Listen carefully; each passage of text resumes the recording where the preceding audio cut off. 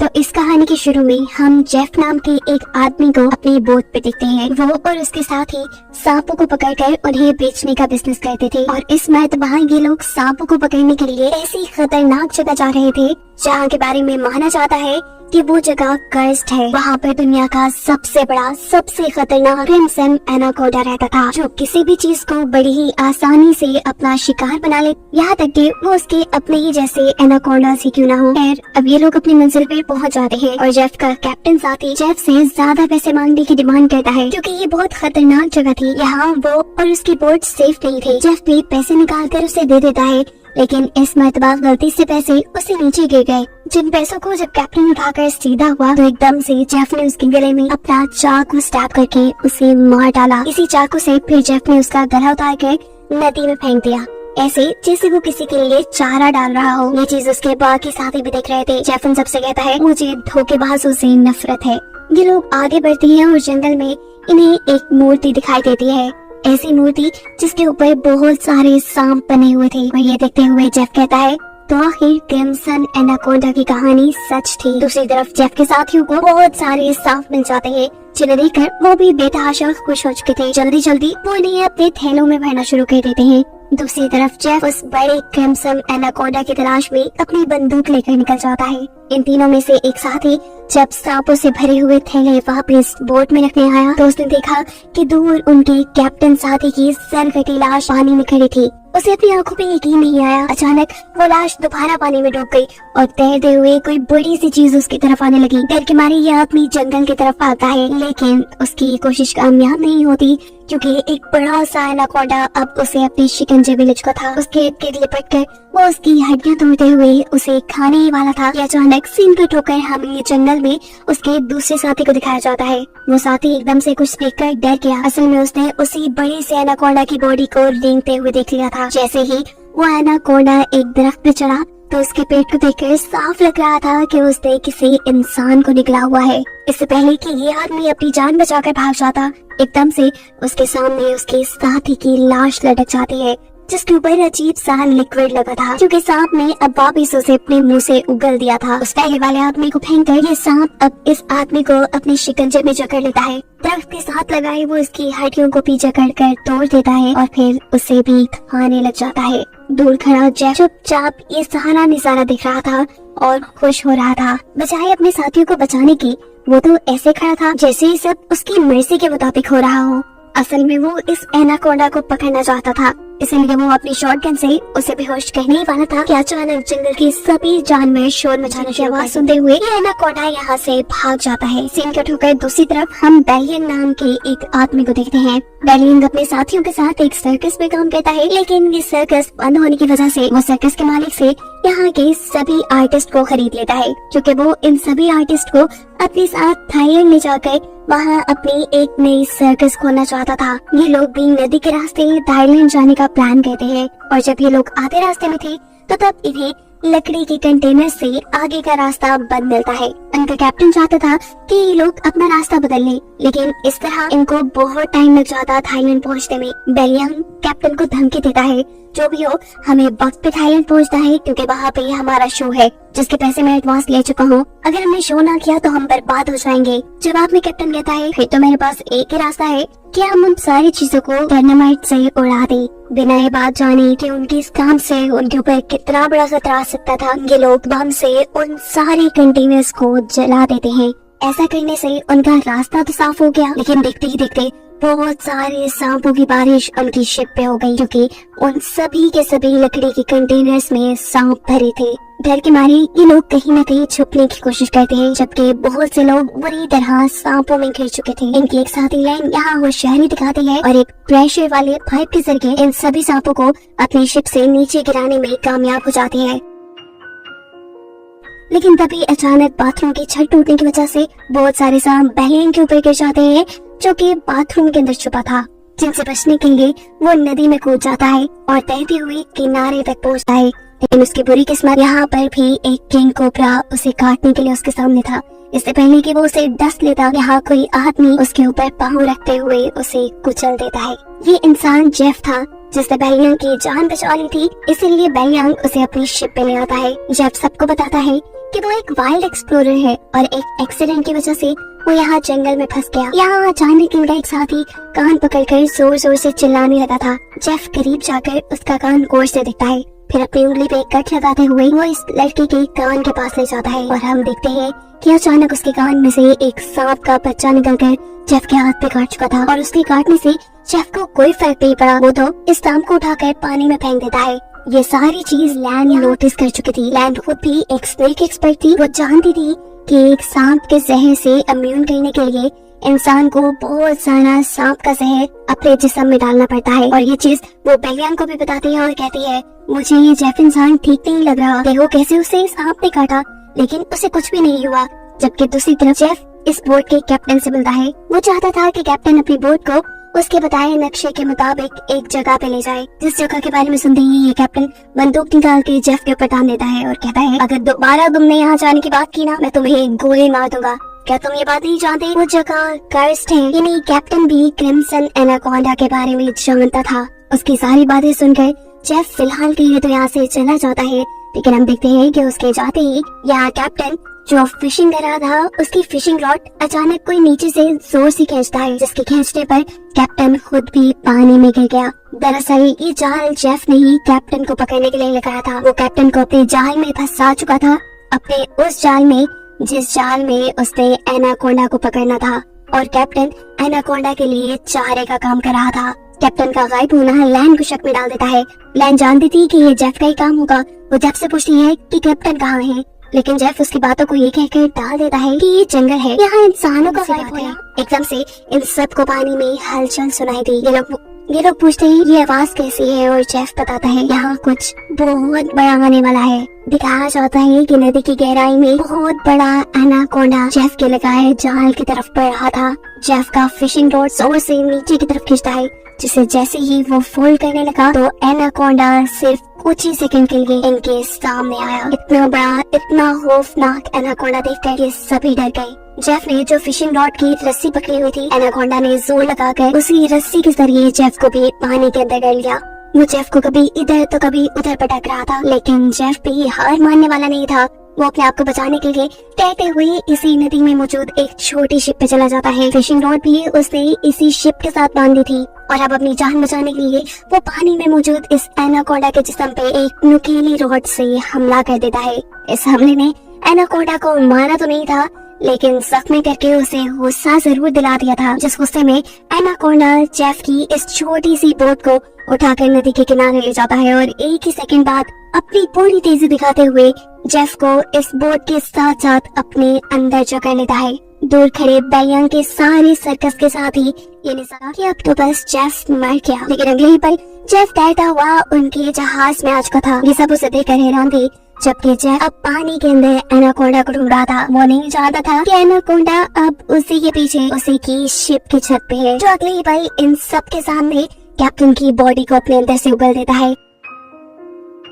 Anaconda ने जिन लोगों के सामने उस आदमी की लाश निकाली थी, वो डर के यहाँ से भागते हुए एक बाथरूम के अंदर छुप जाते हैं और एनाकोंडा तेजी से उनके पीछे उन्हें मारने के लिए बढ़ता है। ये लोग दरवाजा बंद करके मुश्किल से एनाकोंडा को अपने तक आने से रोकते हैं और बाहर की तरफ से एक नुकीले हथियार से एक और मर्तबा एनाकोंडा के ऊपर हमला कर देता है, जिसकी वजह से गुस्से में एनाकोंडा जेफ की तरफ बढ़ जाता है। एनाकोंडा के हमले से बचने के लिए जेफ एक मिनट के लिए उसकी नजरों से गायब हो जाता है, जिसको ढूंढने के लिए एनाकोंडा शिप के अंदर घुस जाता है, जहाँ के कंपार्टमेंट में बेलियांग और उसके एक साथ ही सांस रोके छुपे हुए थे। एनाकोंडा उन्हें देख नहीं पाता और उनके ऊपर से रिंगता हुआ आगे बढ़ जाता है। लैन इस शिप के कंट्रोल रूम में बंदूक लिए छुपी हुई थी, जो उस बड़े से एनाकोंडा को खिड़की से अपने रूम के बाहर से गुजरता हुआ देखती है, जबकि एनाकोंडा ऊपर छत की तरफ से होता हुआ नीचे वॉशरूम की खिड़की से इनके बाकी दोनों साथियों के ऊपर हमला कर देता है। वो बच्चा अपनी जान बचाने के लिए लैन के पास आ जाता है, जिसको पकड़ने के लिए एनाकोंडा भी उसके पीछे था। लैन इस बच्चे को बचाने के लिए यहाँ से भाग निकलती है और इस सारी भगदड़ में यहाँ पर बहुत सारा केरोसिन ऑयल गिर जाता है। एनाकोंडा भी गुस्से में जब खिड़की से बाहर इनके ऊपर हमला करने वाला था, तब पीछे से दूसरा साथी एक घड़ा इस एनाकोंडा के मुंह में फंसा चुका था। इस मटके से अपना मुंह निकालने के लिए एनाकोंडा इस जहाज की छत पे बुरी तरह तड़प चुका था। एनाकोंडा ने मुश्किल से मटका तोड़ के अपना सर बाहर नहीं निकाला था कि यहाँ जेफ पीछे से एंट्री करते हुए उसके मुंह को एक रस्सी के फंदे में बांध चुका था। इससे पहले कि वो अपने शिकार गिनी इस एनाकोंडा को पकड़ पाता, नीचे शिप के कंट्रोल रूम में आग लग जाती है और यह डायनामाइट यानी इनके बॉम्ब्स तक भी पहुंच गई। एक बहुत बड़ा धमाका शिप में दिखाया जाता है, जिस धमाके से अपनी जान बचाने के लिए ये सब के सब पानी में छलांग लगा देते हैं और एनाकोंडा इस सब में मारा जाता है। जहाज को जलता देखकर बैलियांग अब रोने लगा था। उसे ये टेंशन हो गई थी कि ये लोग अब वक्त पे थाईलैंड नहीं पहुंच पाएंगे। उससे में उसका छोटा साथी उससे कहता है, तुम पागल हो क्या? हम उस इतने बड़े एनाकोंडा से बच गए, हमारी जान बच गई, हम जिंदा हैं, ये काफी नहीं तुम्हारे लिए? यहाँ पर नैन समझ चुकी थी कि सब कुछ जेफ की वजह से हो रहा था। उसने उनके जहाज को एक शिकंजे के तौर पे इस्तेमाल किया था। वो जेफ से कहती है, अगर तुमने ऐसा ना किया होता तो ये इतना बड़ा खतरा हम पे ना आता। जेफ जवाब में कहता है, तुम लोग जानते भी हो उस एक एनाकोंडा की कीमत क्या है? अगर तुम लोगों ने उसे पकड़ने में मेरा साथ दिया होता ना, तो आज हम सब करोड़पति होते। लालची बैलियांग पैसों को सुनते ही फौरन जेफ की तरफ हो जाता है। उसे तो थाईलैंड जाना भूल ही गया था जैसे। वो जेफ से कहता है, बताएं हम उस एनाकोंडा को पकड़ने के लिए क्या कर सकते हैं? हमें पैसे कैसे मिलेंगे? हमें कहाँ जाना होगा? क्या करना होगा? उनकी ये बातें सुनने के बाद जेफ अपना मैप निकालता है, उन्हें दिखाता है और कहता है कि अगर तुम मेरी मदद करोगे तो इस मैप के जरिए मैं तुम्हें 2 दिन के अंदर अंदर थाईलैंड पहुंचा दूंगा। बैलियांग के तो दोनों मतलब पूरे हो रहे थे। वो तो उसके साथ जाने को तैयार था, लेकिन बैलियांग के बाकी साथियों को जेफ के ऊपर एतबार नहीं था। यहाँ बैलियांग की एक साथी की तबीयत भी खराब थी, क्योंकि उसे बहुत ही खतरनाक कीड़े ने काट लिया था। इसके जहर से वो मर भी सकती थी। ये देखकर जेफ उसे कहता है, मेरे पास एक ऐसी दवाई है जिसके जरिए इस लड़की का इलाज हो सकता है, लेकिन वो दवाई मेरी बोट तक है। अगर तुम इसका इलाज करना चाहते हो तो तुम्हें मुझे मेरी शिप तक पहुंचाना होगा। ना चाहते हुए भी ये लोग अब जेफ की मदद करने को तैयार हो जाते हैं।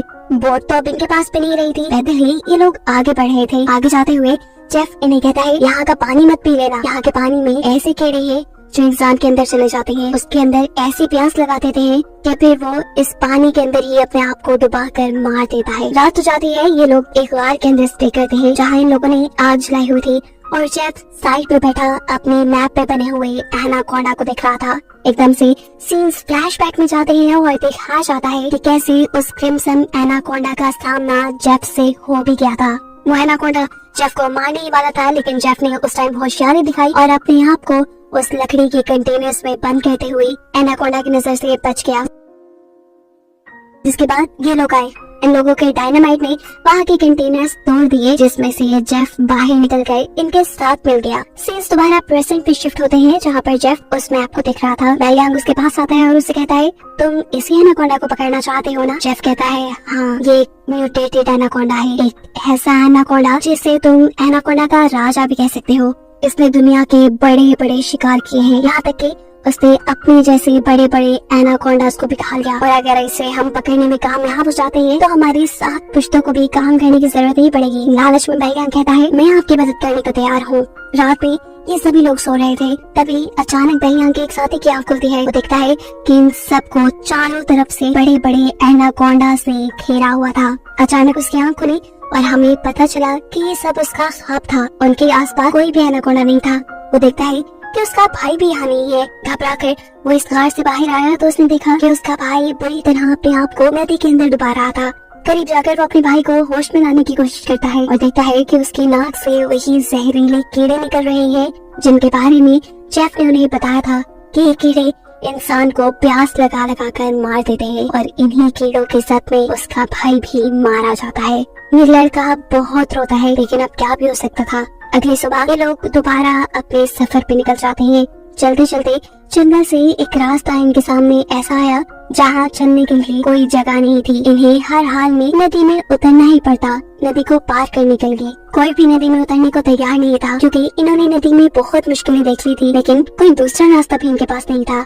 डरते हुए ये लोग नदी में उतर जाते हैं और अचानक एक लड़का पानी की तरफ इशारा करता है, क्योंकि इनको एक बड़े से एनाकोंडा ने चारों तरफ से घेर लिया था। इनका एक साथी जिसका भाई रात ही मरा था, वो डर के मारे कुछ न कुछ पढ़ने लग गया, लेकिन जो डरता है वही तो मरता है। वो नहीं जानता था कि एनाकोंडा का मुंह उसके पीछे ही है। एक एकदम से एनाकोंडा उसे पकड़ते हुए बुरी तरह अपने अंदर जकड़ लेता है। उसकी मदद को लैन यहाँ आती तो है, लेकिन ज्यादा कुछ नहीं कर पाती, क्योंकि ये एनाकोंडा उसकी हड्डियां तोड़ चुका था। वो उसका दम घोट कर उसे मार देता है और ये सब लोग खड़े खड़े तमाशा देखते रह जाते हैं। एनाकोंडा उस आदमी के मरे हुए जिस्म को लेकर पानी में गायब हो जाता है और ये सब लोग उससे बचने के लिए यहाँ से आगे बढ़ जाते हैं। कुछ देर बाद आखिर ये सब लोग अगर जेफ की बोट तक पहुँच जाते हैं, जहाँ जाते ही वादे के मुताबिक जेफ इन लोगों को वो दवाई दे देता है जिससे बेलियांग के साथी अपना इलाज कर सकती थी। ये लोग थाईलैंड की जमीन के बहुत करीब थे। उनका एक साथी कहता है चलो जल्दी जल्दी यहाँ से चल पड़ते हैं, लेकिन जेफ इन सबसे कहता है ऐसे नहीं, मैं तुम सब लोगों को वादे के मुताबिक सही सलामत यहाँ ले आया हूँ, लेकिन अब तुम लोगों को भी अपना वादा पूरा करना होगा, तुम्हें मेरी मदद करनी होगी। वो छोटा बच्चा जेफ से कहता है अगर तो तुम्हारी ये मदद उस एनाकोंडा से जुड़ी है तो बस फिर भूल जाओ, हम तुम्हारी कोई मदद नहीं करने वाले। उनकी बातें सुनते ही जेफ यहाँ बंदूक निकाल चुका था और बेलियांग भी अपना चाकू इन सबको दिखाने लगा था, क्योंकि वो भी तो अब जेफ का साथी बन गया है। वो इन सबसे कहता है चलो जल्दी करो, जो जेफ कह रहा है वैसा ही करो। प्लान कहती है तुम सब लोग पागल तो नहीं हो रहे, उस इतने बड़े एनाकोंडा को पकड़ना नामुमकिन है। जेफ कहता है हाँ ठीक कह रही हो, लेकिन पूरी तरह नहीं उस एनाकोंडा को खाते हुए पकड़ा जा सकता है। ये कहते ही बेलियांग और जेफ दोनों अपने दो साथियों को रस्सी से पकड़कर अपने जाल के ऊपर बांध देते हैं, क्रिम्सन एनाकोंडा के चारे के तौर पर। रोता हुआ वो बच्चा पहले से कहता है तुम ऐसा क्यों कर रहे हो, अगर हम लोग मर गए तो सोचो तुम्हारी सर्कस में कौन परफॉर्म करेगा। उसके बाद सुन के पागलों की तरह बेलियांग हंसने लगा और उसने कहा तुम्हें क्या लगा मैं तुम्हें सर्कस के लिए थाईलैंड लेके जा रहा हूँ? अरे पागलों, मैं तो तुम्हें वहाँ लेके जा रहा था ताकि तुम्हारे ऑर्गन्स बेच के मैं बहुत सारा पैसा कमा सकूँ, लेकिन अब देखो मैंने अपना प्लान चेंज कर दिया। अब मैं जेफ के साथ मिल गया हूँ क्योंकि मैं जानता हूँ कि तुम्हारे से भी ज्यादा पैसे मुझे ये एनाकोंडा दे सकता है। यहाँ दूसरी तरफ क्रिम्सन एनाकोंडा के लिए ट्रैप लगाते हुए जेफ ने उन दोनों लड़कियों को भी दरख्त से बांध दिया था, जिसके बाद वो अब एक लड़की से बदतमीजी भी करने लगा था। ये लड़की भी चालाक थी, वो उसे रुकती नहीं बल्कि उसी को अपने जाल में फंसा कर उसकी पॉकेट से उसकी गन निकाल लेती है, जिससे पीछे मुड़ के जैसे ही वो जेफ को शूट करती है तो उसकी बुरी किस्मत ये गोली चली ही नहीं और अब वो खुद आ गई जेफ के कब्जे में। इससे पहले कि जेफ उसे मार देता, या उसकी दूसरी साथी इनी लैन पीछे से आकर जेफ को स्टैप कर देती है अपनी नाइफ से। जेफ अपने बाजू से लैन को दूर करा देता है। दूसरी तरफ मौका देखते हुए दूसरी साथी जेफ के हाथ से गन लेने में लग जाती है। यहाँ लैन भी कमजोर हुए बगैर जेफ के ऊपर चढ़कर उसका गला घोटने की कोशिश करती है और इसी छीने झपटी में वहाँ गोली भी चल जाती है। सीन कट होकर हम उन दोनों लोगों को देखते हैं जिन्हें जेफ ने एनाकोंडा के शिकार के तौर पे रखा था, जिनके पास अब बड़ा सा एनाकोंडा उन्हें खाने के लिए आ रहा था और दूर खड़ा बेलियांग ये सारा तमाशा अपनी आंखों से देख रहा था। बेलियांग उनकी जाल की रस्सी पकड़े हुए था, लेकिन वो ये बात नहीं जानता था जहाँ वो दूसरों की मौत का तमाशा देख रहा है वहीं पीछे उसकी भी मौत खड़ी है। एक और बड़ा सा एनाकोंडा उसके ऊपर भी आग जमाए बैठा है और इससे पहले कि बेलियांग को इस बात की खबर होती, वो एनाकोंडा एकदम से उसके सिर के ऊपर वार करके उसे यहाँ से उठाकर ले जाता है। ऐसे उसके हाथ में पकड़ी हुई रस्सी भी उसे छूट जाती है। उन दोनों लोगों का जाल ऊपर चला जाता है। ऐसे एनाकोंडा और उनके दरमियान में फासला आने से उन दोनों की जान बच जाती है। यहाँ जेफ उससे में उस लड़की को मारने की कोशिश करता है, लेकिन इस मर्तबा भी लैन बहादुरी दिखाती है और पीछे से एक बड़े से लकड़ी के टुकड़े को जेफ के सर पे मारते हुए उसे बेहोश कर देती है। जेफ के बेहोश होते ही ये दोनों भागते हुए अपने दोनों साथियों के पास आते हैं। उन्हें जाल से निकालकर वो उन्हें भी आजाद कर चुके थे, लेकिन उनकी बुरी किस्मत है जेफ को होश आ गया था। इसे देखते ही ये लोग बुरी तरह डर गए, लेकिन यहाँ इनकी किस्मत ने इनका साथ दिया। एक बड़ा सा एनाकोंडा आकर जेफ को यहाँ से ले गया। ये सभी लोग अपनी जान बचाकर जेफ की बोट की तरफ बढ़ जाते हैं ताकि उसमें बैठ के ये लोग यहाँ से निकल पाए, लेकिन लैन के साथी की हालत खराब हो चुकी थी क्योंकि उसे जेफ की बंदूक की गोली लग गई थी और वो यहीं पर इन लोगों की आंखों के सामने दम तोड़ देती है। बाकी बचे हुए लोग जल्दी से बोट पे आके उसे स्टार्ट करने की कोशिश करते हैं, लेकिन ये बोट खराब थी। अचानक इनके एक साथी को पीछे से एक गोली लगती है। वो साथी अपनी गर्दन से वो गोली निकाल कर देखता है कि ये शॉर्ट गन थी, यानी बेहोश करने वाली गोली,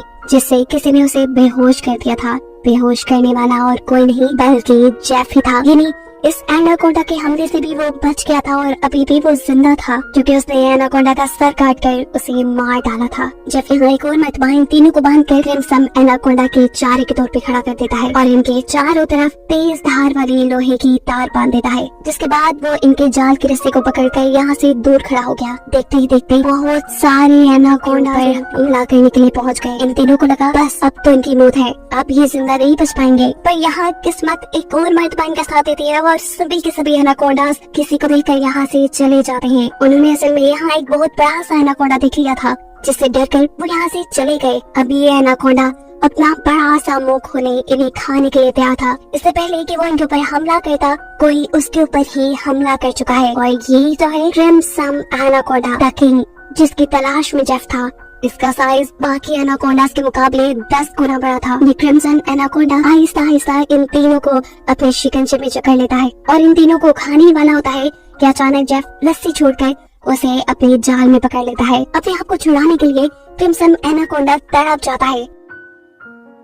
वो इधर उधर घूमता है, लेकिन फिर जब आजाद नहीं हो पाता तो अपने दांतों में इस जाल को फंसाकर वो इसे फाड़ कर एक तरफ से यहाँ से निकल जाता है। अपनी जान बचाने के लिए ये क्रिम्सन एनाकोंडा जंगल की तरफ भाग गया। जेफ ने बहुत कोशिश की उसे अपने जाल में दोबारा फंसाने की, लेकिन वो कामयाब ना हो सका। इस सारी कोशिशों में जेफ बेवकूफ ने अपने आप को ही एक दरख्त के अंदर फंसा लिया था। इससे पहले कि वो यहाँ से निकल पाता, क्रिम्सन एनाकोंडा उसको इस दरख्त के साथ ही लपेट लेता है। इस एनाकोंडा को देखकर यहाँ खड़े हुए ये लोग भी बुरी तरह डर जाते हैं। अपनी जान बचाने के लिए ये लोग कुछ भी नहीं कर पा रहे थे, लेकिन तभी छोटा होशियार बच्चा अपना दिमाग चलाता है और अपने दांतों से ये रस्सी तोड़ने में लग जाता है। कहीं ना कहीं उसे उम्मीद थी कि वो बच जाएगा। उसने अपने दांतों से इस रस्सी को तोड़ने में इतना जोर लगाया कि उसके मुंह से खून निकलने लगा। यहाँ एक मर्तबा तो जेफ उस क्रिम्सन एनाकोंडा के शिकंजे से निकलने में कामयाब हो ही गया था। इससे पहले कि वो यहाँ से भाग जाता, क्रिम्सन एनाकोंडा अपनी दुम से उसको फंसाते हुए उसे अपने करीब करता है और फिर उसे अपने शिकंजे में जकड़ लेता है। उसकी गर्दन पे अपना मुंह रखते हुए उसने अपने शिकंजा इतना टाइट कर लिया कि जेफ की हड्डियां टूटने लगी, जिसके बाद इस एनाकोंडा ने जेफ को भी अपने अंदर निकल लिया। यहाँ ये तीनों भी उस रस्सी को तोड़कर आजाद होने में कामयाब हो गए थे। जेफ को मारने के बाद वो क्रिम्सन एनाकोंडा इन्हें मारने के लिए इनकी तरफ बढ़ जाता है। ये लोग एक लकड़ी की कंटेनर के पास पहुंच जाते हैं। वो बच्चा अपनी जान बचाने के लिए इस कंटेनर के अंदर चला जाता है और एनाकोंडा उसे देख चुका है। एनाकोंडा अब उसके पीछे पीछे इसी कंटेनर में जा रहा है, लेकिन कंटेनर की दूसरी तरफ दरवाजा बिल्कुल बंद है। बच्चा तेजी से इस दरवाजे को तोड़ने की कोशिश कर रहा है। वक्त गुजरता जा रहा है, एनाकोंडा तेजी से उसकी तरफ बढ़ रहा है। इससे पहले कि एनाकोंडा इस बच्चे को निकल लेता, वक्त रहते ही उसके साथ ही बाहर की तरफ से इस कंटेनर का दरवाजा खोलने में कामयाब हो जाते हैं और ये बच्चा बच के यहाँ से निकल जाता है। ये लोग भागते हुए आगे बढ़ते हैं। इन्हें ये भी मालूम था ये लोग बच नहीं पाएंगे, लेकिन यहाँ किस्मत इनका साथ देती है। इन्हें नहीं मालूम था कि जंगल के उस हिस्से में थे जहाँ पर जेफ ने तेज धार वाली वार लगाई थी, जिस वार से टकराते हुए इस एनाकोंडा का सर कट जाता है। पीछे मुड़ के ये लोग उस एनाकोंडा को देखते हैं और इन्हें यकीन नहीं आता कि इनकी जान बच चुकी थी। इनके लिहाज से वो एनाकोंडा मर चुका था। ये लोग खुश थे, लेकिन अब और खतरा ये मोल नहीं ले सकते थे। अपनी जान को खतरे में नहीं डाल सकते थे। ये जानते थे कि यहाँ पर बहुत से और भी एनाकोंडा है। जल्द से जल्द ये लोग यहाँ से अपनी जान बचाकर निकल जाते हैं और कहानी के आखिरी सीन में हमें दिखाया जाता है कि असल में वो क्रिम्सन एनाकोंडा मरा नहीं, बल्कि जैसा जेफ ने पहले बताया था वो एक म्यूटेटेड एनाकोंडा था। उसने अपने कटे हुए सर को रीजनरेट कर लिया था, यानी दोबारा से बना लिया था और अब वो एक और मर्तबा जिंदा हो गया है, जिसे दिखाते हुए ये कहानी यही खत्म हो जाती है।